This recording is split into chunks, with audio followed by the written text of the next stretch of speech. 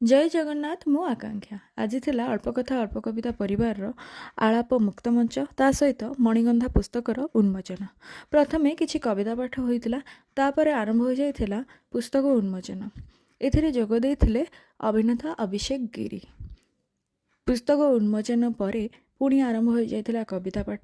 କିଛି ସ୍ନାକ୍ସ ଆମେ ଖାଇକି କବିତା ଶୁଣିଥିଲୁ। ତାପରେ ଏଠି ଗର୍ଲସ ମାନେ ଆମେ ଟିକେ ମସ୍ତି ମଜା କରୁଥିଲୁ।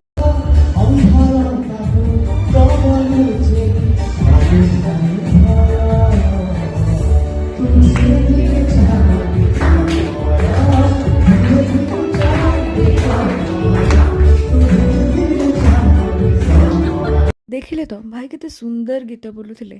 ଗୀତ ପରେ କିଛି କବିତା ପାଠ ହୋଇଥିଲା। ତାପରେ ଯେଉଁମାନଙ୍କ ନାଁ ଆନାଉନ୍ସ ହେଇଥିଲା ବହିବନ୍ଧୁ ସମ୍ମାନ ପାଇଁ, ସେମାନଙ୍କୁ ବହିବନ୍ଧୁ ସମ୍ମାନ ପୂର୍ବକ 2 ଖଣ୍ଡ ବହି ମିଳିଥିଲା। ତାପରେ ଆମେ ସମସ୍ତେ ଗୋଟେ ଗୋଟେ ମଣିଗନ୍ଧା ପୁସ୍ତକ ଆଣିଲୁ ଉମାକାନ୍ତ ପାତ୍ର ଭାଇଙ୍କ ସିଗ୍ନେଚର ସହିତ। ତ ତାପରେ ଫେରି ଆସିଥିଲି ଘରକୁ। ଆଜି ପାଇଁ ଏତିକି। ରହିଲି। ଜୟ ଜଗନ୍ନାଥ।